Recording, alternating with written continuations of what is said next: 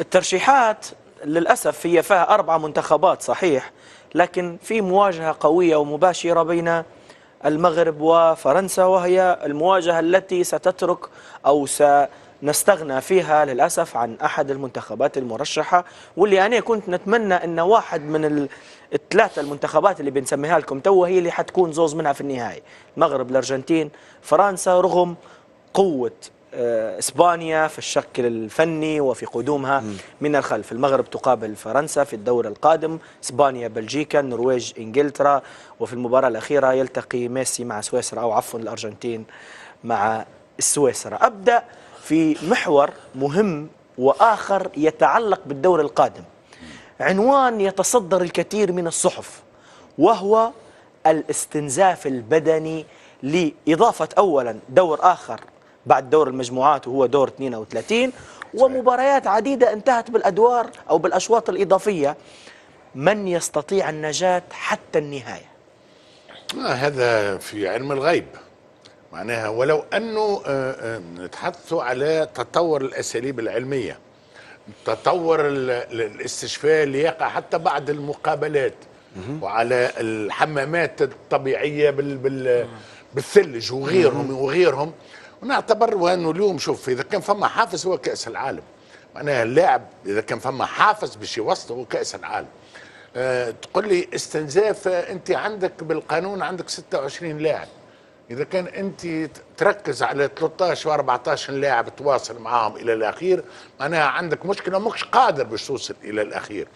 نعتبر لهنا وانه الحقيقه معناها في صوره اوليه، وانه اذا كان فما منتخب عنده مثل الفريق الاصلي، مثل البنك نتاعو تقريبا، هو المنتخب الفرنسي. المنتخب الفرنسي عنده دكه ما شاء الله قويه وقويه جدا، وبالتالي المنتخب الفرنسي ربما يكون اللي اكثر عنده اكثر امكانيه، وانه سيكون نفس بدنيا في الثلث الهجومي عندهم موفرة لاعبين، بدنيا الثلث الهجومي والدفاعي والوسط، وما تقولوش ما شاء الله لان الوضع نرجع لك، ما تخوفوش جمال، نرجع لك منتخب عادي جدا. لا جمال مرتاح، غدوه حلقه غدوه يا نادر، رجله اليمين تلقاه نرجع لك يهز تلقى كان لقيت رجله تهز، ما نعرف ان الوضع. نرجع لك بإيجاز شديد السؤال اللي وجهته لنادر. أنا نرى فما زوج فرق لو تمر من الدور القادم ستشاهد أكبر مفاجأة، هما المغرب والنرويج، لأنه النرويج فريق يمشي بصمت كبير، وعنده تقريبا تنظيم دفاعي وسط ميدان، وفي الهجوم عنده انسان غير عادي. فاعليه المهاجم هالاند هو لا فريق كامل بالشوط الغادي، فريق كامل اعطاه 8 الجاتوزو هذا، اعطاه ذهابا وايابا. والمغرب لو يمر من فرنسا سنحتفل نهار 19 جويلية، سنكون في نيويورك إن شاء الله. جمال، الحديث على هذا الشق البدني مهم بالنسبة لمنتخب المغرب، ومهم أيضا من جانب آخر للمنتخبات التي لديها لاعبين أعمارهم كبيرة لكن جودتهم مهمة في الملعب، لا يمكن الاستغناء عنهم مقارنة باللاعبين اللي موجودين في البنك. هذا الاستنزاف مرهون بإنجلترا بالدرجة الأولى، الأرجنتين بالدرجة الثانية. هذه المنتخبات ماذا ستصنع في ربع النهائي لمواصلة العمل بنفس الضغط البدني الموجود في المونديال؟ هو صحيح المونديال مختلف، الاستنزاف البدني أيضا اليوم لم يعد متعلق فقط بالمباريات، بنمط المباريات وإيقاع المباريات، أو بخوض 120 دقيقة فقط، يعني وأحيانا إلى الضربات الترجيحية. هو أيضا مرتبط بالمسافات التي يقطعها كل منتخب، صحيح. لأنه اليوم مثلا المنتخب المغربي أكثر منتخب قطع مسافات عبر الطائرة، يعني التنقلات، لأنه من ولاية إلى أخرى، المكسيك ثم العودة، فهذه كلها أيضا عوامل اليوم. والتوقيت أيضا، لأنه التوقيت ملي كتكون مقابلة مبكرة، هذا أيضا، ونادر يعرف هذه الأمور أكثر منا. حتى الإصابات، يعني نسبة الإصابات تزداد أكثر يعني بالنسبة للاعبين، لأنه لماذا نتحدث عن مونديال يجرى في 3 قارات، الولايات المتحدة الأمريكية، كندا، المكسيك، زائد أنه كل ولاية يعني داخل الولايات المتحده الامريكيه مثابه دوله، لان التنقل من ولايه كانك تتنقل يعني من دوله الى اخرى.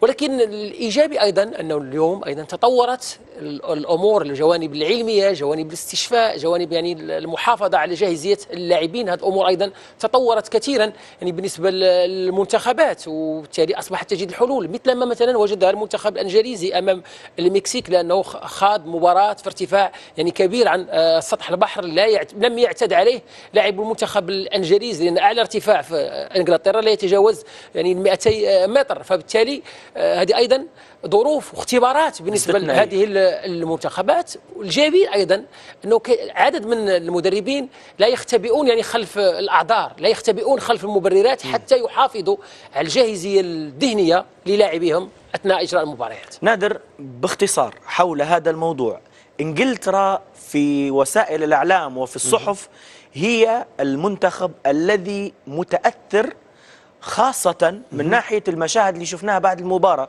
سقوط بيلينغهام، عدم قدرته على التنفس إلا بصعوبة، هذه مؤشرات تقول بأن منتخب إنجلترا استنزف. لها أسباب منطقية جدا في كرة القدم من وجهة نظري. طبعا مهما تطور الاستشفاء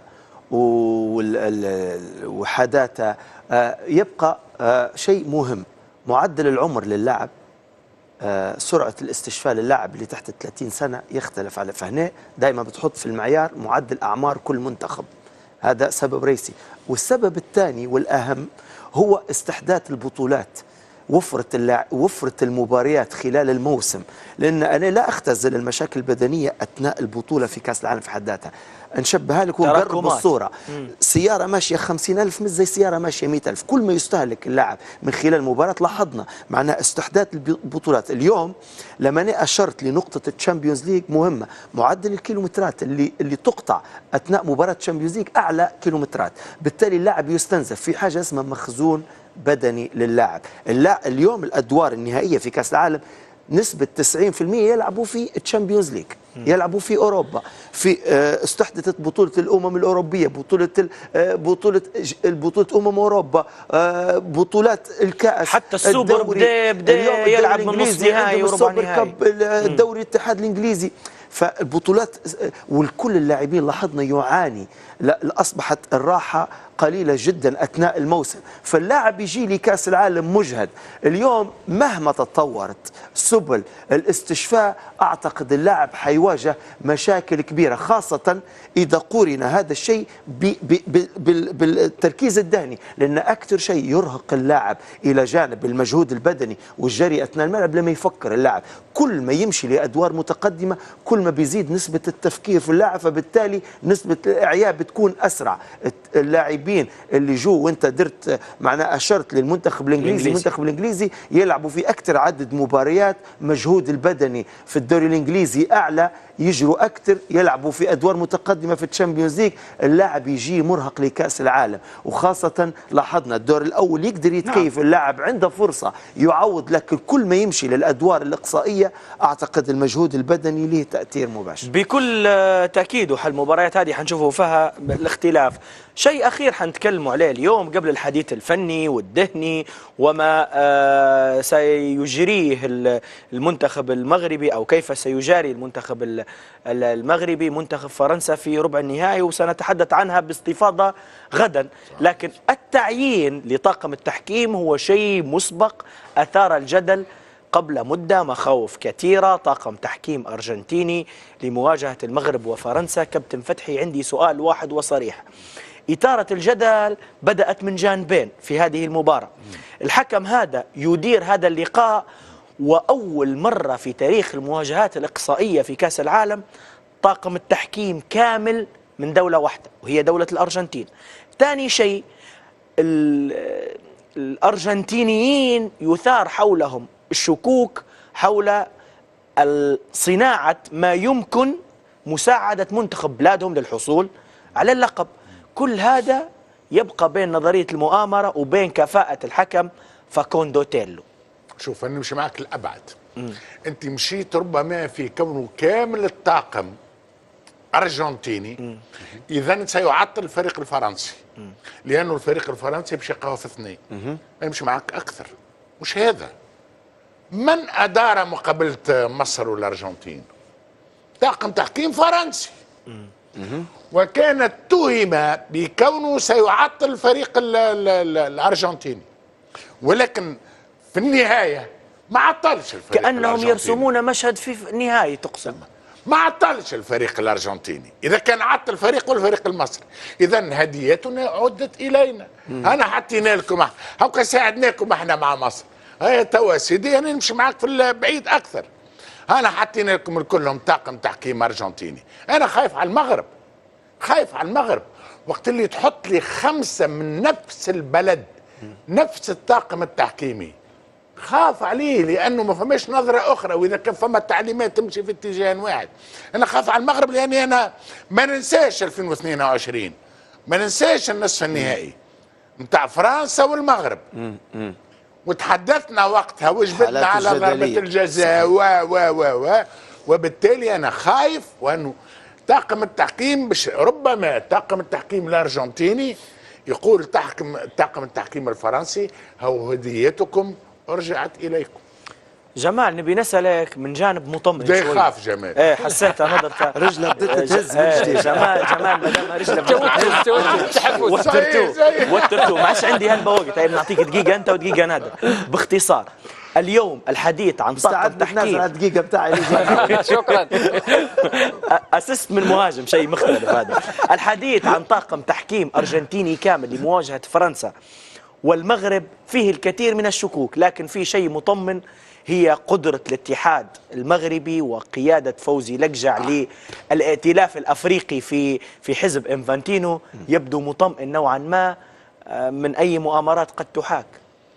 هو شوف الحكم هو بروفيل، هذا الحكم كان هو كان قاد مباراة المغرب والمنتخب البرتغالي، وحكم معروف أنه يشهر البطاقات الصفراء يعني بكثرة، وحتى البطاقات الحمراء بكثرة. في هذيك المقابلة كان شديرة، كان دخل بديل في ظرف 6 دقائق بطاقة صفراء أولى وبطاقة صفراء ثانية يعني، وفي النهاية خرج يعني بطاقة حمراء. هو حكم معروف بأنه يعني كثير البطاقات. والجدل بخصوص تعيين الطاقم للفرنسي، وكان في البداية جدل يعني أرجنتيني حول تعيين طاقم فرنسي لمباراة الأرجنتين مع مصر، ومخاوف من أن يؤثر الحكم على أداء المنتخب الأرجنتيني.